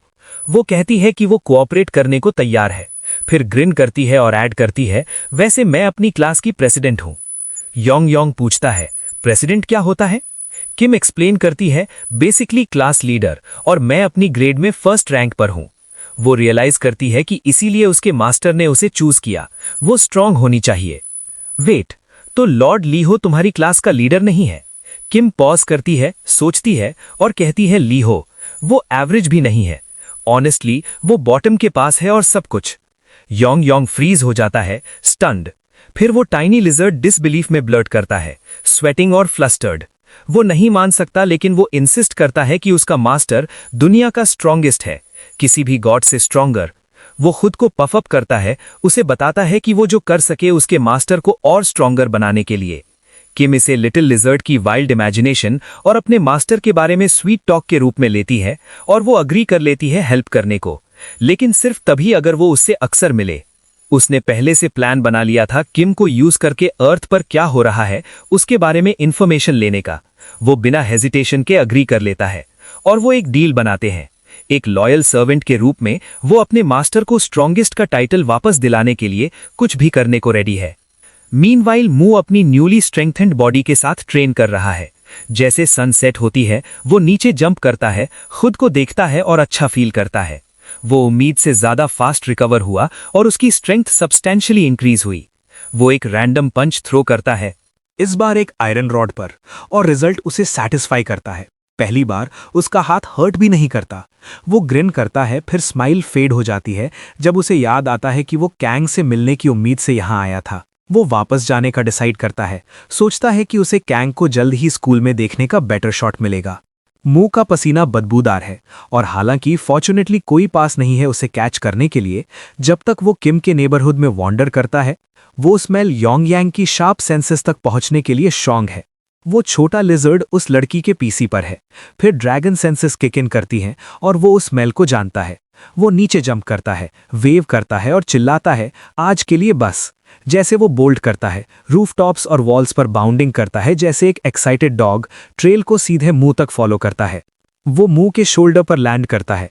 मुंह सरप्राइज दिखता है जैसे योंग योंग उसे ग्रीट करता है और प्राउडली कहता है कि उसने अपना मिशन पूरा किया।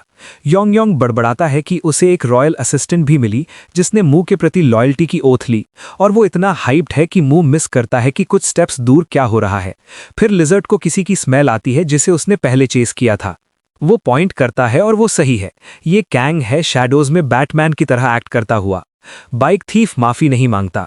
वो कैंग को थ्रेटन करता है कि अगर कैंग उसे नहीं छोड़ता तो वो उसके पीछे किसी को भेजेगा। ये कैंग को बस बताता है कि उसने सही टारगेट पिक किया, तो वो डबल डाउन करता है जब तक कि डेंजर की वो सेंस कैंग को टर्न करने पर मजबूर नहीं करती।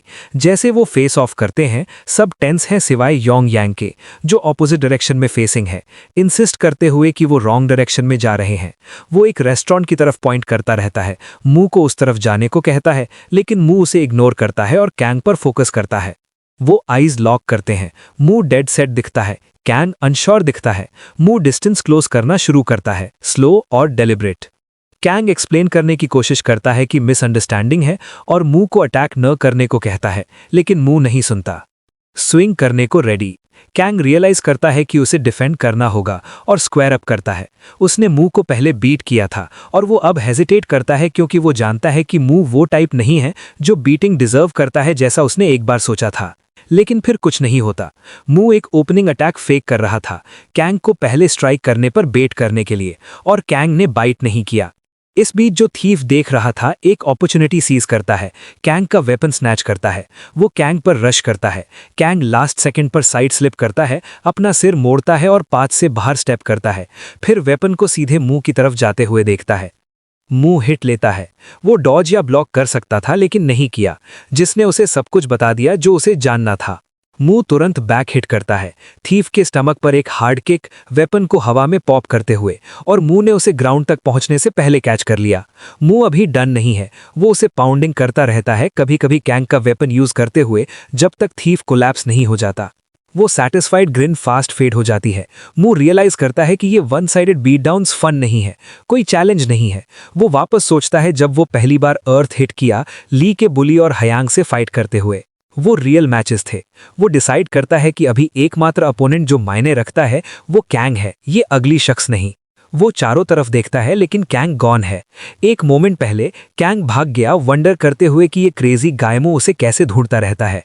इस बीच उसने योंग यांग को स्ट्रीट के दूसरी तरफ स्पॉट नहीं किया, एक्सीडेंटली भागते हुए छोटे शख्स को किक कर दिया, उसे फ्लाई कर दिया। थोड़ी देर बाद कैंग घर पहुंचता है। वो स्टेप इन करता है, अपने शूज फ्लिक करता है और मुंह के फ्रीकी फेस को रीप्ले नहीं रोक सकता, हमेशा किसी के साथ भी स्क्रैप करने के लिए रेडी। उसकी सिस्टर उसी मोमेंट में घुसती है, टीजिंग करते हुए चिल्लाती है, प्रोसिक्यूटर आ गया। कैंग होना ने उस स्टॉकर केस के बाद करियर स्विच किया और एक प्रोसिक्यूटर बन गई क्रूअल क्रिमिनल्स के पीछे जाने के लिए। कैंग जैसा ही गोल, अलग बात। वो उसके पास से शोल्डर करती है और कहती है, एक ग्रेट प्रोसिक्यूटर का रास्ता ब्लॉक करने की हिम्मत कैसे हुई। एनॉयड होकर वो उसे वॉर्न करता है कि उसे अपनी पावर्स यूज करने पर मजबूर न करे। हुना चेंज करने जाती है, फिर उसे दोनों के लिए रामेन बनाने को चिल्लाती है। कैंग उस दिन को याद करता है जब वो हर्ट हुई। एकमात्र चीज जो वो पंच थ्रो करते वक्त फील करता है वो है एंगर, लेकिन हमेशा ऐसा नहीं था। तब भी जब उसने पहले बॉक्सिंग शुरू की, तब भी उसे एंजॉय होता था। अगले दिन जबकि बाकी सब स्कूल जाते हैं, मू भी जाता है। कोई बैकपैक नहीं, कोई बुक्स नहीं, बस कैंग का वेपन हाथ में और योंग यांग शोल्डर पर। छोटा शख्स रैक्ट दिखता है, अपॉलॉजीज बड़बड़ाता है कल रात के लिए, और यूजुअल की तरह मुंह परवाह नहीं करता। स्टूडेंट्स पास से घूरते हुए निकलते हैं, यहां तक कि ली का ओल्ड बुली भी उन दोनों को आई कर रहा है। फिर किम युग जुन, क्लास प्रेसिडेंट, नेचुरली मू को स्पॉट करती है।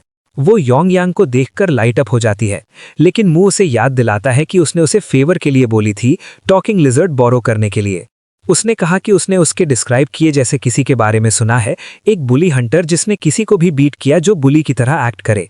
मू थोड़ा लेट डाउन हुआ, उसे ज्यादा की उम्मीद थी। हालांकि उसने सोचा कि वो इस शख्स से फिर मिलेंगे और अगली बार वो उसे स्लिप नहीं होने देगा। इस बीच कैंग पहले से वहां है, पीछे से क्रीप करके। कैंग क्लोज स्टेप इन करता है और विस्पर करता है, क्लास के बाद अपनी सीट पर रहना, मैं तुम्हें ढूंढने आऊंगा। फिर आगे बढ़ता है और अपना वेपन वापस लेता है। मू ने एक्सपेक्ट नहीं किया था कि उसका इतनी जल्दी सामना होगा। बस उसकी आवाज सुनकर ही वो एक्साइटेड हो गया। उसने कैंग को बिना कुछ शब्दे बोले जाने दिया। ये देखकर किम वंडर करती है कि मू और कैंग फ्रेंड्स हैं या कुछ ऐसा है जो वो नहीं जानती। उसने मू से पूछा, अभी भी उसे देखते हुए और उनकी क्लास के बाद मीटिंग का वेट करते हुए। मू ने एक लाइन में जवाब दिया, बुली हंटर। तब से क्लास खत्म होने तक मू ने वो ईगर लुक रखी। उसने खुद से कहा कि वो जितनी देर जरूरत हो वेट कर सकता है एक रियल फाइट के लिए, लेकिन उसका राइट लेग रुक नहीं रहा था हिलने से। योंग यांग के लिए एंडलेस अर्थक्वेक, जिसे पूरा दिन कांस्टेंट शेकिंग डील करना पड़ा। स्कूल डे खत्म होने और सब क्लियर आउट होने के बाद मू सीधे क्लास प्रेसिडेंट के पास गया और पुअर योंग यांग को उसे दे दिया। वो किम युग जुन को बताता है कि उसे कुछ अर्जेंट करना है। वो खुशी से उस छोटे लिजर्ड को लेती है और एग्जिट की तरफ जाती है। उसी मोमेंट रूम के दूसरी तरफ से एक हाथ पॉपअप होता है। ये कैंग था, नेचुरली कैंग था। वो मोमेंट जिसका मुंह वेट कर रहा था फाइनली आ गया। कैंग स्टेप इन करता है, डोर बंद करता है और कामली अपने बैकपैक में रीच करता है। ट्रेनिंग ग्लव्स निकालता है और उन्हें स्लिप कर लेता है। मू थोड़ा सरप्राइज्ड है, वंडर करते हुए कि क्या कैंग वो बेल्ट ट्रिक करने वाला है जो मू ने पहले किया था। जैसे वो दूसरे ग्लव के साथ फिनिश करता है, कैंग उसे देखता है और पूछता है कि क्या वो एक्चुअली फाइटिंग पसंद करता है। मू सिर हिलाता है और कहता है नहीं, उसे नहीं। जो उसे पसंद है वो है हिट खुद। वो पेन और शॉक जब उसे पंच पड़ती है। उसे वो बर्न पसंद है उसकी मसल्स में जब वो लिमिट से आगे पुश करता है। और 3 मिलियन से ज्यादा साल बाद फाइटिंग एकमात्र चीज है जिसने उसे कभी अलाइव फील करवाया है। इसके बारे में सोचकर मू का फेस एक ईगर, ऑलमोस्ट क्रीपी ग्रिन में ट्विस्ट हो जाता है और कैंग हेजिटेट करता है। सोचता है कि ये शख्स नट्स हो सकता है। वो इसे जाने देता है, अपनी बैग फिर अनजिप करता है और एक और पेयर ऑफ ग्लव्स निकालता है और उन्हें थ्रो करता है। मू ग्लव्स को अपने फेस पर स्मैक करने देता है, फिर गिरने से पहले उन्हें स्नैच कर लेता है। कैंग अपनी बैग कॉर्नर में रखता है और उसे उन्हें पहनने को बोलता है। कहता है कि वो इसे फेयर रखना चाहता है। वो किसी फाइट को सीरियसली नहीं ले सकता अगर उसका अपोनेंट थग भी नहीं है। मू ग्लव स्लिप करता है, उस पर रश करता है और पहली पंच थ्रो करता है। कैंग ब्लॉक करता है और उसे स्लिप कर लेता है। थोड़ा एनॉयड कि मू ने उसे इवन फिनिश करने नहीं दिया जो वो कहने वाला था। वो खुद को रिमाइंड करता है कि वो यहाँ फाइट के लिए आया था, तो मैड होने का कोई पॉइंट नहीं। कुछ पंचेज और ब्लॉक्स ट्रेड करने के बाद दोनों थोड़ी देर के लिए स्टेप बैक करते हैं।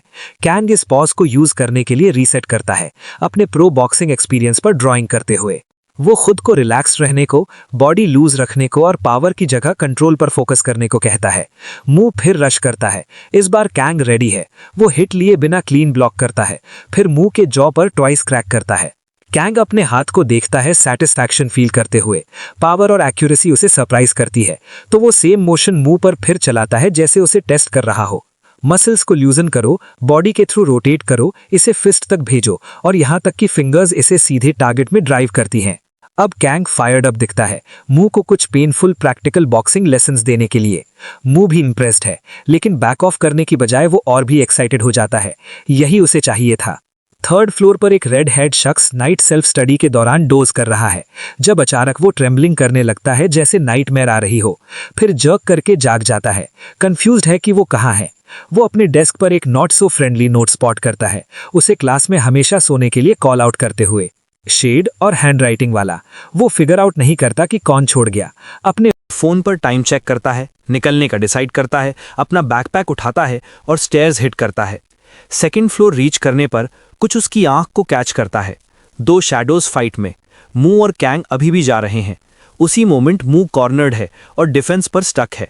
वो फास्ट सोचता है, अपना फुट लिफ्ट करता है और कैंग के चेस्ट पर प्लांट करता है, उसे स्टॉप करते हुए और उसे सरप्राइज से कैच करते हुए। जैसे कैंग स्टैगर करता है, कॉट ऑफ गार्ड, मू ने कैंग के फेस पर एक फॉलोअप किक के लिए गया। कैंग ने टाइम पर गार्ड अप किया और फ्यूरियस दिखता है, पूछता है कि वो किक क्यों कर रहा था जब ये बॉक्सिंग था। मू स्मर्क्ड और कहा, किस बारे में बात कर रहे हो? मुझे यहां तक नहीं पता कि बॉक्सिंग क्या है। कैंग के जवाब देने से पहले मू फिर जंप इन करता है, एक और किक एम करता है जबकि टॉन्ट करता है। किसने कहा हम सिर्फ फिस्ट्स यूज कर रहे हैं? किक कैंग पर स्लैम हुई और उसे पीछे शव किया। एक मोमेंट के लिए कैंग रैटल था, वो एक बॉक्सर था, किक्स के लिए रेडी नहीं था, तो मू ने प्रेस किया और एक के बाद एक सॉलिड शॉट लैंड किए। कैंग नहीं मान सकता था कि कोई जो इतना वीक दिखता था इतनी हैवी किक कर रहा था। फिर मू ने टारगेट स्विच किया और एक वाइटल स्पॉट को लो एम किया। कैंग फ्रीज हो गया, अगर वो हिट होता वो डन हो जाता। मूस की किक क्लीन लैंड हुई लेकिन कुछ नहीं हुआ। मू पीछे जंप किया और उनकी बीच स्पेस बनाई, एक स्मग स्माइल वियरिंग करते हुए जैसे उसने अपना पंच पुल किया। रियलिटी में वो ऑल आउट किया था, लेकिन योंगयांग की फिजिकल बूस्ट ऑलरेडी फेड हो चुकी थी। जिस सेकंड उसे रियलाइज हुआ वो पैनिक में आ गया। उस पावर के बिना वो जानता था कि वो कैंग को नहीं हरा सकता। कैंग अभी भी थोड़ा शॉक्ड सेंस किया कि कुछ ऑफ था। मू वो टाइप नहीं था जो मर्सी दिखाए, तो उसने फिनिश क्यों नहीं किया? फिर कैंग स्मर्क्ड और कहा, मत बोलो कि तुमने अभी अपनी स्ट्रेंथ खो दी। उसे लगा मू बस एग्जॉस्टेड था। मू ने स्ट्रेट फेस रखा, एक्ट किया जैसे कैंग गलत था, लेकिन कैंग ऑलरेडी खुद को कन्विंस कर चुका था और हंसने लगा। मू स्टक दिखा, जैसे नहीं जानता था कि इस फाइट को कैसे जारी रखे। क्लासरूम डोर के पीछे रेड हेड शख्स देख रहा था। ऑकवर्ड फाइट और वो वियर्ड हंसी, जैसे ये कोई कॉमेडी शो था, उसे इतनी ऑफ कर गई कि वो बस चला गया, उनकी सिली फाइट में इंटरेस्टेड नहीं, इसे डिस्गस्टिंग बोलते हुए।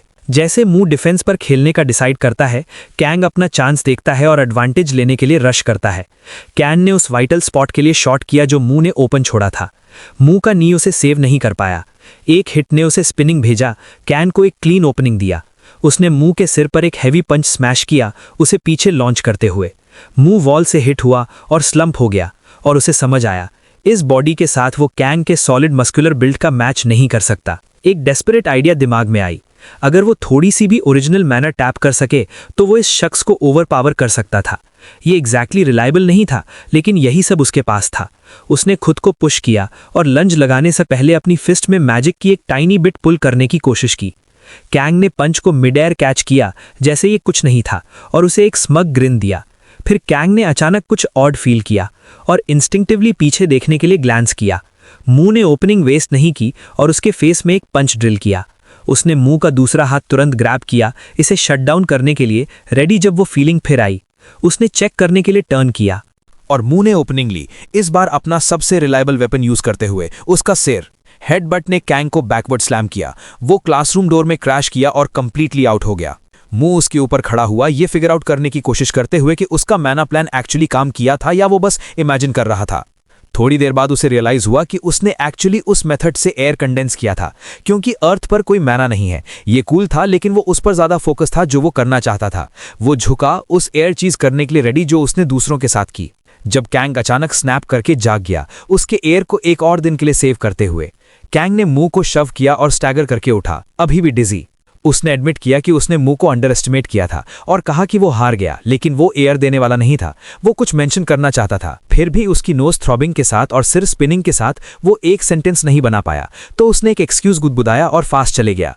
उसे जाते देखते हुए मुंह डिसअपॉइंटेड दिखा। कैंग को उसकी प्लेथिंग्स के लिस्ट में ऐड करना आज होने वाला नहीं था। थोड़ी देर बाद किम यूजिन के घर पर यांग एक बैग के साथ जाने की कोशिश में है जो उससे 2 गुनी बड़ी है, ऑलरेडी स्वेटिंग। घर की तरफ जाते हुए उसने डिस्टेंस में कैंग को स्पॉट किया, वूजी और अपना बस्टेड फेस होल्डिंग करता हुआ। उसने उसे इंस्टेंटली रिकॉग्नाइज किया, वो शख्स जिसने उसे बिना रीजन के किक किया था। तो उसने बैग ड्रॉप की और लॉन्च किया, एक हेडबट एम करते हुए जैसे उसके मास्टर ने किया था। लेकिन कैंग डेज्ड होने के बावजूद उसे लास्ट सेकंड पर देख लिया और स्विंग किया उस पुअर लिजर्ड को मिड एयर में स्मैक करते हुए। एक मोमेंट के लिए कैंग बस वहां स्टार्टल्ड और कंफ्यूज खड़ा रहा, ये भी रिकॉग्नाइज नहीं कर पाया कि उसे क्या हिट किया और वंडर करता रहा कि किस टाइप का डॉग ने अटैक किया। वो मुड़ा घर जाने की जल्दी में रेस्ट के लिए। जैसे ही वो गायब हुआ, मुंह उसके योंग के क्रम्पल्ड बॉडी के पास स्टेप अप किया, नीचे स्टेयर करते हुए।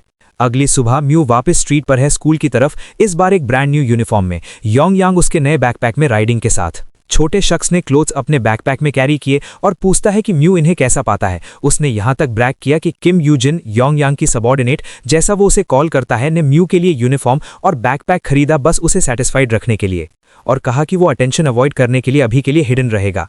स्ट्रीट के अक्रॉस कैंग म्यू को स्पॉट करता है और पूछता है कि वो सैटरडे को स्कूल यूनिफॉर्म क्यों पहन रहा है। म्यू ने बस पूछा कि सैटरडे क्या होता है और कैंग थोड़ा अनॉयड दिखा, लेकिन टॉपिक बदला और उस बात पर आया जो वो कल कहना चाहता था। उसने फिर पूछा कि क्या म्यू को फाइटिंग पसंद है। म्यू ने वही जवाब दिया, वो फाइट करता है क्योंकि उसे करना है। कैंग ने रियली नहीं माना उसकी कल की फाइट के दौरान उसका फेस देखने के बाद। ग्रिन ने अदरवाइज कहा, लेकिन वो आगे बढ़ा और म्यू को उसके साथ हैंग आउट करने लगने को कहा, कहते हुए कि अगर वो करें तो वो हमेशा फाइट्स हंट करने में बोर्ड नहीं रहेंगे। जिस मोमेंट म्यू ने ये सुना वो शेकिंग शुरू हो गया। वो स्कैरी एक्साइटेड स्माइल वापस उसके फेस पर। कैंग को रिप्लाई की जरूरत नहीं थी, जवाब ऑब्वियस था। फिर म्यू ब्लर्ट किया, मुझे कहीं ले चलो जहां मैं अभी फाइट कर सकूं। कैंग ने फिर कहा कि उसका अभी मतलब नहीं था, उसका मतलब किसी और टाइम था। उस बैग के अंदर योंग वॉच रख रहा था, लॉट कर रहा था कि कैंग से 2 बार हारने का बदला कैसे लेगा। शुक्रवार की सुबह गैरॉय हाई पर म्यू का स्कूल नहीं, एक स्टूडेंट रेस्टरूम डोर पर गार्ड खड़ा है, सबको ब्लॉक करते हुए। अंदर एक बिग शख्स एक और स्टूडेंट से पूछ रहा है कि उसने कितना कमाया। ये वही थीफ था जिसे मुंह ने उस दिन बीट किया था। कांपते हुए किड ने कुछ कैश निकाला और कहा यह सिर्फ 20,000 था। बिग शख्स यांजो के रूप में इंट्रोड्यूस हुआ और फट पड़ा, कहते हुए ये उसने जो मांगा था उसके पास भी नहीं है। थीफ ने कंप्लेन किया कि कैंग ने दखल दिया और बाइक बेचकर वो ज्यादा कमा सकता था। कैंग का नाम सुनकर यांजो ने अपना कूल खो दिया, वॉल पर पंच मारी और शख्स को सबको कॉल करने को कहा। एक सैटरडे इवनिंग को मुंह और कैंग एक साथ चल रहे हैं। कैंग मुंह का शुक्रिया अदा करता है और एडमिट करता है कि वो पहले ब्लाइंड रेज में फाइट करता था। मुंह से मिलने के बाद उसे रियलाइज हुआ कि वो फाइटिंग को एंजॉय कर सकता है। मुंह ने उसे कहा कि रैंडम वीकलिंग्स बीट करने में टाइम वेस्ट करने की बजाय अब उससे फाइट करे। कैंग ने कहा कि वो अभी मुंह से फाइट नहीं करेगा, लेकिन उसने प्रॉमिस किया कि जल्द ही एक फेयर रीमैच होगी। जैसे वो बात कर रहा था, मुंह ने दूर धुआं नोटिस किया। कैंग ने भी देखा और कहा कि सिगरेट्स की स्मेल आ रही थी। इतने सारे एक साथ? धुआं थिक था। कैंग ने अपना मास्क और ग्लासेस स्लिप किए, सोचते हुए कि आज रात का उनका पहला टारगेट आगे था। बिना देखे हुए क्लोजर मूव करते हुए, हेज को यूज करते हुए। 2 शख्स फ्रंट पर पोस्टेड थे और ज्यादा एली में डीपर लर्किंग थे। फ्रंट वाले शख्सों में से एक ने कैंग को स्पॉट किया, सोचा वो बस पास हो रहा है और उसे अपना वॉलेट हैंडओवर करने को कहा। यही कैंग को चाहिए था। वो जानता था उसे टारगेट मिल गया, तो उसने शख्स के फेस पर पंच मारी। दूसरे थग ने उसे बुली हंटर के रूप में रिकॉग्नाइज किया और वार्निंग चिल्लाई। एली में और लोग रिवील हुए और कैंग रियलाइज किया कि कम से कम 5 और थे और उसने मुंह को बुलाया। मुंह ऑलरेडी खड़ा है, एज एवर रेडी, उसका स्वेटर उसके फेस को हाइड करने के लिए सिर पर। कैंग पहले चार्ज करता है, मुंह को फॉलो करने के लिए चिल्लाते हुए, लेकिन मुंह हमेशा की तरह किसी के हिट करने से पहले शुरू नहीं कर सकता। जिस शख्स को कैंग ने पंच किया था वो मुंह की लेग ग्रैब करता है और पूछता है कि क्या वो उसके साथ है। ये उसके लिए एनफ था। मुंह इसे एक पिंच काउंट करता है और जंप इन करता है। कुछ मिनट्स बाद सारे थग्स डाउन हैं। मुंह इस बात से एनॉयड है कि वो कितने वीक थे, उनके बिलो एवरेज रेस्पिरेटरी सिस्टम्स को नोट करते हुए। कैंग फिर एक छोटी बैग स्पॉट करता है, उसे उठाता है और उसे विक्टिम को वापस देता है, उसकी स्कूल की रेड हेड गर्ल जिसे वो पसंद करता है। कैंग कुछ कहने से पहले ही और ज्यादा शख्स आ गए। गैंग यहां थी क्योंकि एक थग ने मैसेज कर दिया था कि उन्होंने कैंग को स्पॉट किया है और वो कैंग को उनके सो कॉल्ड काम में मिस करने की सजा देने यहाँ आए हैं। कैंग डिसाइड करता है कि सीरियस होने का टाइम है और अपना वेपन निकालता है। मुंह का लुक एक्साइटमेंट में फ्लिप होता है जब वो रियलाइज करता है कि फाइट खत्म नहीं हुई, असली फन अभी शुरू होने वाला था। एक फुल ऑन ब्रॉल, उसकी फेवरेट काइंड ऑफ फाइट। मुंह ग्रुप के थ्रू ब्लास्ट करता है, उन्हें एक के बाद एक ड्रॉप करता है, फिर एक हैवी स्लैप उसके फेस पर क्रैक होती है। ये योंग जोजो है। नेचुरली एक क्लीन हिट के साथ वो मुंह को जमीन पर भेज देता है। फिर वो पूछता है कि क्यों 2 कैंग्स हैं। फाइट के ठीक बगल में रेड हेड शख्स पास से निकलता है, बुदबुदाता है कि किसी ने उसके कॉल्स का जवाब क्यों नहीं दिया। वो शोर सुनता है और देखने जाता है। ब्रॉल देखता है और सेम डिस्गस्ट हिट करती है, वंडर करते हुए कि क्या उनके पास इतना टाइम है कि हमेशा लड़ते रहें। वो जाने वाला था, फिर उस लड़की को कॉर्नर्ड देखता है और कैंग उसे प्रोटेक्ट करने के लिए उसके सामने खड़ा है। उसका नाम ही जुन है और उसके डैड एक MMA चैंपियन थे, एक शख्स जिसे वो आइडलाइज करता था, सबसे स्ट्रांग शख्स जिसे वो जानता था। लेकिन फिर उसके डैड ने स्ट्रांगर होने के लिए ड्रग्स यूज करना शुरू कर दिया और ऐसा लगा जैसे वो इंसेन हो गए। उसके डैड वायलेंट हो गए, ना सिर्फ रिंग में बल्कि घर पर भी। उसकी मॉम फाइनली घर से भाग गईं, लेकिन वो बच्चों को पीछे छोड़ गईं। हीजुन, हालांकि वो जानता था कि वो टिक नहीं सकता, अपनी सिस्टर को प्रोटेक्ट करना था। उसने अपने डैड के मैचेस सीक्रेटली देखे और प्रैक्टिस किया। वो बड़ा हुआ और जब वो फाइनली अपने डैड के साइज तक पहुंचा, इंसिडेंट हुआ। उसने फाइनली उनके लिए और अपनी सिस्टर के लिए खड़ा हुआ और फाइट बैक किया, क्योंकि उसे लगा कि उसकी लाइफ खतरे में है। उसके डैड ने उसे अनग्रेटफुल बोला, चिल्लाते हुए कि वो हीजुन और उसकी छोटी सिस्टर को मार देगा। ये सुनकर हीजुन ने उस मोमेंट ऑफ एंगर और फियर में अपने फादर को मार दिया। ये मर्डर था, लेकिन कोर्ट ने उसकी सिचुएशन को ध्यान में रखा।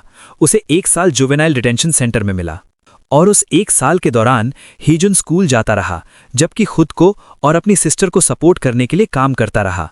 वो बीमार या हर्ट अफोर्ड नहीं कर सकता था और अपनी बॉडी को उस एक चीज की तरह ट्रीट करता था जो उन्हें अलाइव रखे। इसलिए मू और कैंग जैसे शख्सों को केयरलेस फाइट्स में खुद को थ्रो करते देखना उसे हमेशा डिस्गस्ट करता था। हीजुन कभी उनकी तरह एक्ट नहीं करेगा, लेकिन अब उसने अपनी छोटी सिस्टर डैलजिन को कॉर्नर देखा है। उसे फाइट करनी होगी, जो वो कभी नहीं करता, जब तक कि उस पर या उसकी सिस्टर की सर्वाइवल पर थ्रेट ना हो। जबकि यानजो वहां अभी भी कंफ्यूज था कि अचानक 2 कैंग्स क्यों हैं। उसने हीजुन को पीछे से आते नहीं देखा। हीजुन कहीं से नहीं आता और एक वीक स्पॉट हिट करता है, यानजो को घुटनों पर गिरा देता है। हीजुन फिर उसका एक हाथ से हेड ग्रैब करता है और उसे जमीन पर स्लैम करता है, उस बिग शख्स को डाउन कर देता है। जबकि योंग यांग अपने मास्टर को जगाने के लिए चिल्लाता रहता है, हीजुन उसे जितना फास्ट हो सके अपनी सिस्टर तक पहुंचने के लिए स्टेप ऑन करते हुए बाय करता है। पुअर योंग यांग कुछ नहीं करता और फिर भी हमेशा बीट एंड अपेंड होता है। हीजुन कैंग को नोटिस करता है, बुलीज को किसी चीज की तरह ड्रॉप करते हुए। सिर्फ 2 थग्स बचे हैं। रिएक्ट करने से पहले ही हीजुन उनके फेसेस ग्रैब करता है और उन्हें वॉल्स में स्मैश करता है। फिर वो कैंग के सामने रुकता है, उसे स्टेयर करता है और कहता है उन्होंने एक लाइन क्रॉस की। पैनिकिंग करते हुए कैंग एक्सप्लेन करने लगता है कि वो वहां क्यों था, लेकिन जब डाजुन ने अपने भाई के लिए चिल्लाया, कैंग ने सरप्राइज होकर मुड़ा, क्योंकि वो नहीं जानता था कि उसका भाई है। कैंग इसे प्रोसेस कर पाते उससे पहले हीजुन ने मूव किया। जस्ट इन टाइम कैंग के रिफ्लेक्सेस किक इन किए और उसने काउंटर किया। हीजुन उसे स्लिप किया और स्ट्राइकिंग के बजाय बस एक हाथ कैंग पर प्लांट किया, उसे पीछे शव करते हुए। हीजुन डैलजिन का हाथ ग्रैब करता है, उसे अपने साथ रन करने को बोलता है और फिर वो ऑफ लेते हैं। वो अपनी वॉलेट बिना नोटिस किए गिरा देती है और जैसे वो रन करते हैं, यानजो वहां खड़ा है, एली एग्जिट ब्लॉक करते हुए, एब्सोल्युटली फ्यूरियस दिखता है। यानजो चिल्ला रहा, डिमांडिंग टू नो कि हीजुन कौन था और क्यों शो अप कर रहा है, पूछते हुए कि क्या वो बास्टर्ड तीसरा कैंग है। हीजुन चैट के लिए नहीं रुका, फोर्स थ्रू करने के लिए रेडी, लेकिन इससे पहले कि वो कर पाए, कहीं से भी यानजो को फेस पर पंच पड़ती है। ये मुंह है, वापस अपने फीट पर फाइट के लिए इचिंग करता हुआ। हीजुन वंडर करता है कि वो कौन है, लेकिन इससे ज्यादा इंपॉर्टेंट वो ओपनिंग का यूज अपनी सिस्टर को वहां से बाहर निकालने के लिए करता है। जबकि मुंह हंस रहा है, कैंग उसे स्नैप करता है, पूछता है कि उसने अपना फेस क्यों एक्सपोज किया। यानजो इस बीच खड़ा होने की कोशिश कर रहा है और ढूंढ रहा है कि वो दूसरा पंच कहां से आया, ठीक उनके ऑलरेडी रनिंग ऑफ होते हुए देखने के लिए। थोड़ी देर बाद कैन ने यानजो को स्केच किया और मुंह को बताया कि वो शख्स कौन था और उन्हें आगे क्या करना चाहिए। उसने कहा कि यानजो अराउंड के 3 सबसे इनफेमस डेलिंक्वेंट्स थे। टुगेदर वे गोरी कहलाते थे, हर एक अपने स्कूल का टॉप बुली। कैंग सिचुएशन को फर्दर एक्सप्लेन करता है, नोटिंग कि उन्होंने हाल ही में एक्ट अप करना शुरू किया है।